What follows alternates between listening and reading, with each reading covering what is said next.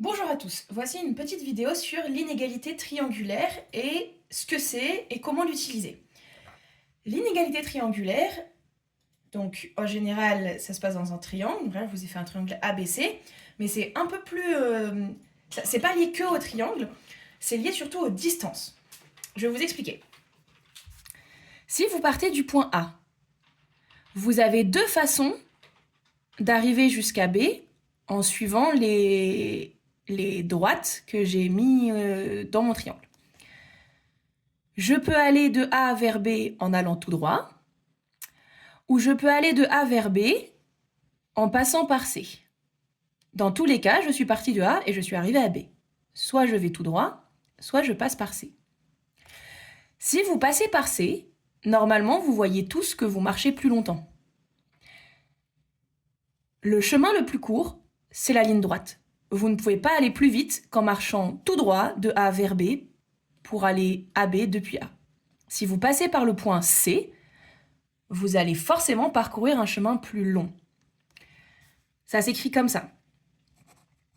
AB est inférieur ou égal à AC plus CB. Ce que j'ai fait, c'est que j'ai rentré le point C là, hop. Ok, si vous faites un détour, vous allez mettre plus de temps à arriver. Si jamais c'est un égal parfait, ça signifie que les points sont alignés.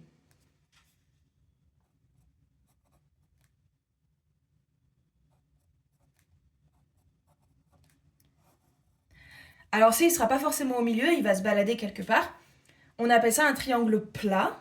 S'il est plat, c'est qu'ils sont tous sur la même droite, donc les points sont alignés. Le seul moyen que vous ne fassiez pas plus de chemin en passant par le point C, c'est que le point C soit sur votre route.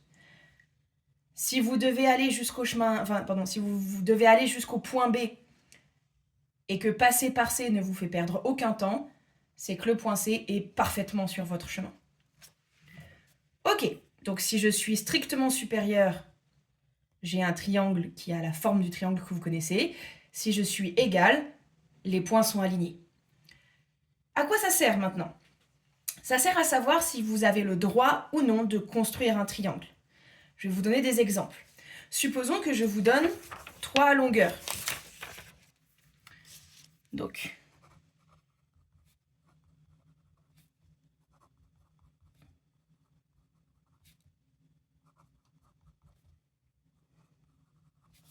ok, je vous donne ces 3 longueurs et je vous demande, est-ce que c'est possible de construire ce triangle ?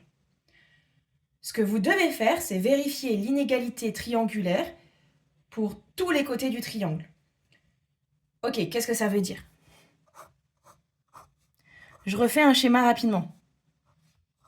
Ce que ça veut dire, c'est vous devez vérifier que AB est bien inférieur à AC plus CB. Et vous allez faire ça 3 fois parce que c'est un triangle et qu'il y a 3 côtés. Vous devez vérifier que BC est bien inférieur à CA plus AB. Et vous devez vérifier que AC est bien inférieur à CB plus BA. On va le faire. Je vais commencer par faire AB plus BC.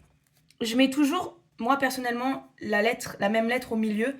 Comme ça, je sais que je dois comparer ça à AC. Il me suffit de cacher la lettre du milieu et j'ai pas de problème. Ok. Pardon, mon feutre a bavé. Alors, AB plus BC. 7 plus 5, ça fait 12. AC, c'est 3. On est largement supérieur. Pour l'instant, l'inégalité triangulaire est respectée. On continue. Je vais faire... Donc moi, je vais comparer. Je vais faire AC plus CB maintenant. Donc je dois comparer à AB. AC plus CB. 3 plus 5, ça fait 8. C'est plus grand que 7. C'est bon. Il me reste du coup BA plus AC que je dois comparer à BC.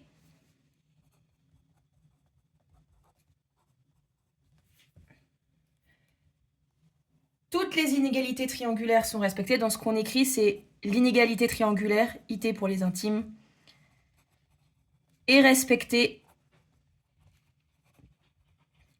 Donc le triangle ABC est constructible.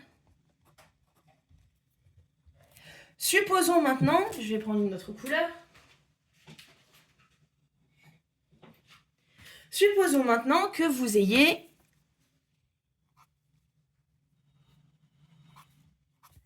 un triangle isocèle en A.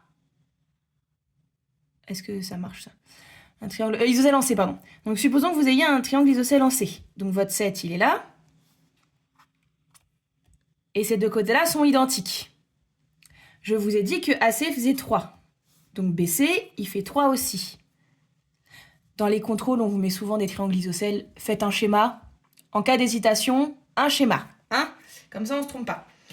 Donc, AB, c'est votre base. C, votre sommet principal. Est-ce que ce triangle est constructible? Cette fois-ci, alors vous pouvez refaire tous les calculs ou m'écrire juste celui qui ne fonctionne pas, parce que là, normalement, vous le voyez tous, ça ne fonctionne pas. Si je fais... Donc ce calcul-là va changer. Ici, il y a un 3. Ça fait 6. Vous êtes inférieur à 7. 3 plus 3, ça fait 6. 6 est inférieur à 7. L'IT n'est pas respecté.